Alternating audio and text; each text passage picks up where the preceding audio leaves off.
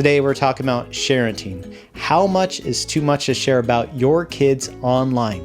That and much more on today's episode of Have a Seat.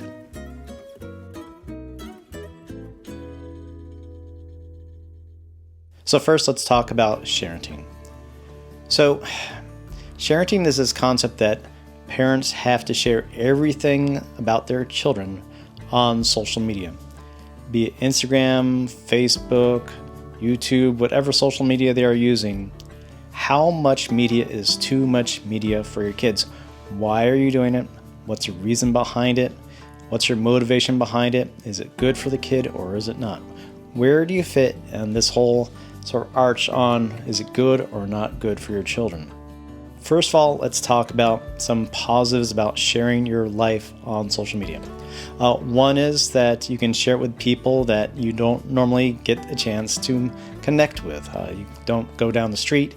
You can share with your Facebook group, with your family, with those who are in the know about your family. And that's a good thing to let them know that there are things going on in your family. That's great. Other good things is that they get to see the progression of how the kid is growing up and sort of find joy in what's going on in your family. So, dangers. Well, we have to talk about privacy. Is this good for you to have your children exposed at such a young age to be on media, where you don't always have control of who's going to see it, who's not going to see it? What sort of image are you trying to set for your family? Does everything have to be staged? Does everything have to look perfect all the time? What are you doing in terms of making sure that you have a certain look as a family or as a child of the child itself? Other negatives is that what are you doing in long term? Are you creating any sort of self-worth issues for the kids? Are you creating any issues about their place in this sort of Instagram model world? Where do they fit in? If they're not looking exactly the same as others, will they have the same acceptance? Where do you stand? I think this is a challenging issue, but I think there's wisdom to go more on the side of privacy. You can always add more as the children grow, but I think it's easier to start small and get a sense on where you feel comfortable when it comes to sharing your kids. How often, at what age do you start sharing your kids? I think it's easy to start maybe at a place where you're sharing with immediate family over text. You're sharing with friends over text.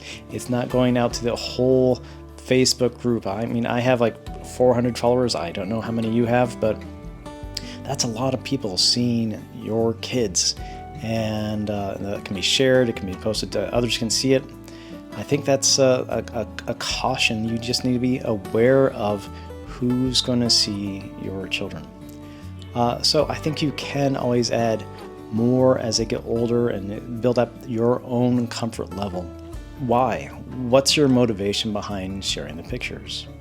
Do you think it's about getting likes or getting friends to see? Are you generally just trying to share your life with others, or is it curated? Why are you doing what you're doing? Who are you trying to give glory to as a Christian? Are you giving glory to your kids? Are you giving glory to God through this? I don't know your heart, but I think those are some questions we have to consider even long-term with our kids. How much, how often, how much privacy you want as your family. As a teacher, I see parents actually sign forms in which they do not want their kids on any sort of social media. And that's something that you as a parent will have to decide when you get to a preschool or a private school or some school that they might want to post things on their website or on Facebook about the classes and the like. And you're allowed to sign that waiver saying that, no, I don't want my kid's face or any likeness of my kid on a social media platform. And there might be wisdom in that too. It's all about where your comfort issue is in terms of privacy. How much do you want to share? How much do you not want to share? Where do you fit into all of this? So I personally just lean on being more private, maybe share some highlights, but I don't think your kids need 10, 20, 30 pictures a month online. Celebrate the big things. Whatever you're comfortable with, don't go overboard with it. And just remember that part of it is also sharing that not everything has to be curated and perfect. That our lives, there's struggle and brokenness, and even sharing a little bit of that, I think, is a healthy thing on social media. Well, this next section is back in my day.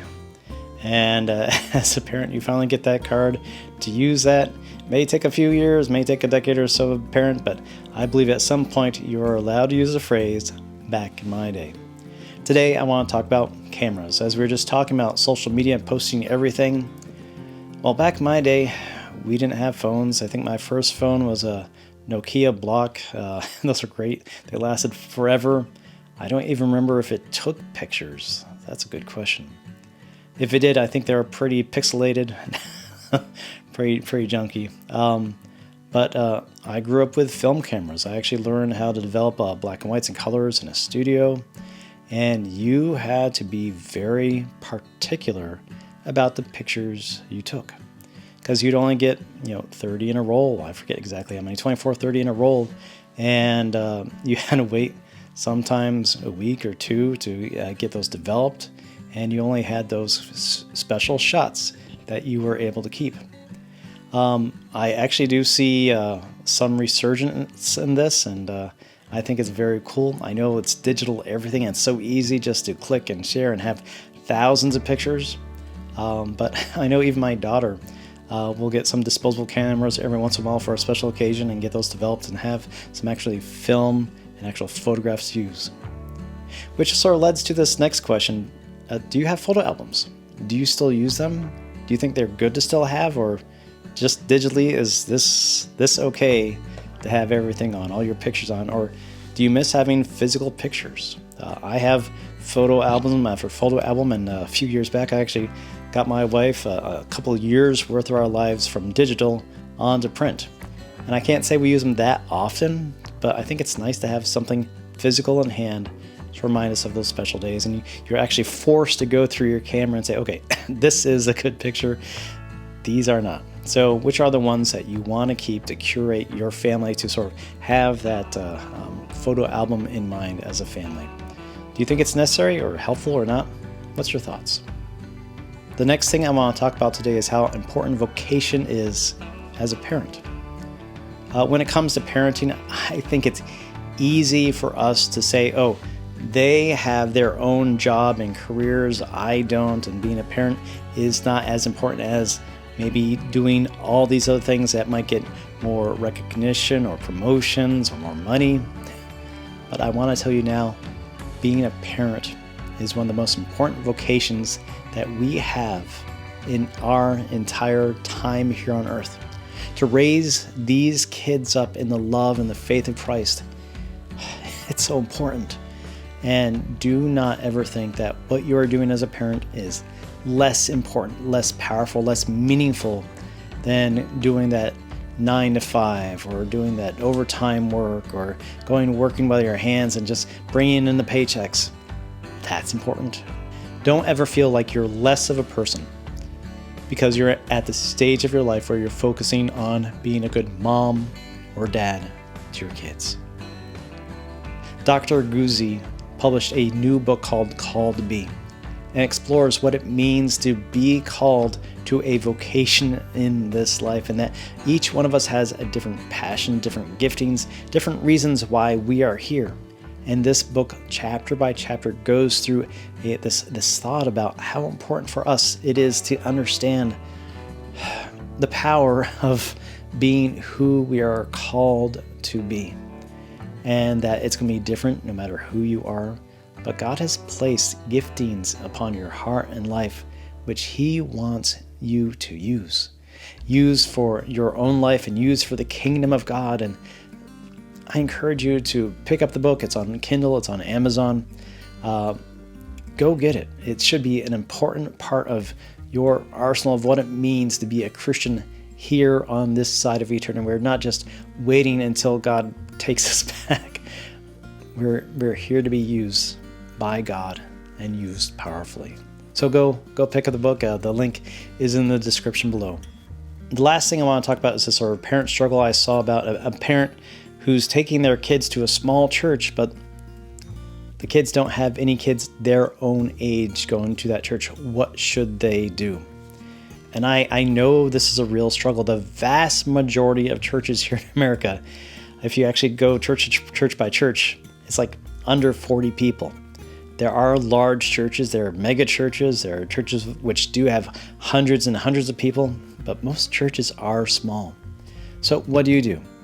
Do you stick it out, or do you go to a larger church in hopes that your children can connect? Well, in the end, it's really up to you. But I do think there's benefits on both sides. My kids have experienced both sides of that coin, going to churches that only had a handful of kids to larger churches with many, many kids. The benefit of being in a small church is simply that they get more attention that way. They get more care by the congregation that way. They feel very special and unique and can really focus on what they want to learn and grow really close to those who are the teachers. The real struggle is that they don't really have much interaction with kids their own age who are trying to grow in their faith. And so there's that one side of it. The other side, if you go to a larger church, is that they get to experience Christ with many, many other kids who desire to grow in their faith, kids who are just there because their parents want them to be there, maybe don't want to be there themselves. That's okay. I believe in either situation that there are benefits. With a larger size, they get to maybe have worship as kids, but in a smaller size, maybe they worship as a family in the church setting. I think there's benefits on both sides. I do think if you have your kid going to a small church with maybe no one their age, maybe find a small group, find a study, find other families that you can come together regularly to talk about faith and have those kids play, and not just play date, but maybe do some faith things, maybe small group worship, that they can see it's good, it's okay, it's normal to love Jesus and also be a kid. And I think with large groups, I think sometimes kids can get overwhelmed and feel very alone and not able to be themselves. And so maybe it's good to rein that in and have some very specific friends that they can gather together and just have some fun and talk about faith, or just know that this friend of mine knows and loves Jesus. So once again, a lot of what we're going to talk about is personal preference, and there will be balance between these things, but at least know that you are being lifted up as a parent. You are not alone. God is with you. And this place right here, this channel is for you. So if you have any questions, any thoughts or suggestions, or if this was a benefit for you, let me know in the comments and just tell others. Blessings to you. Bye now.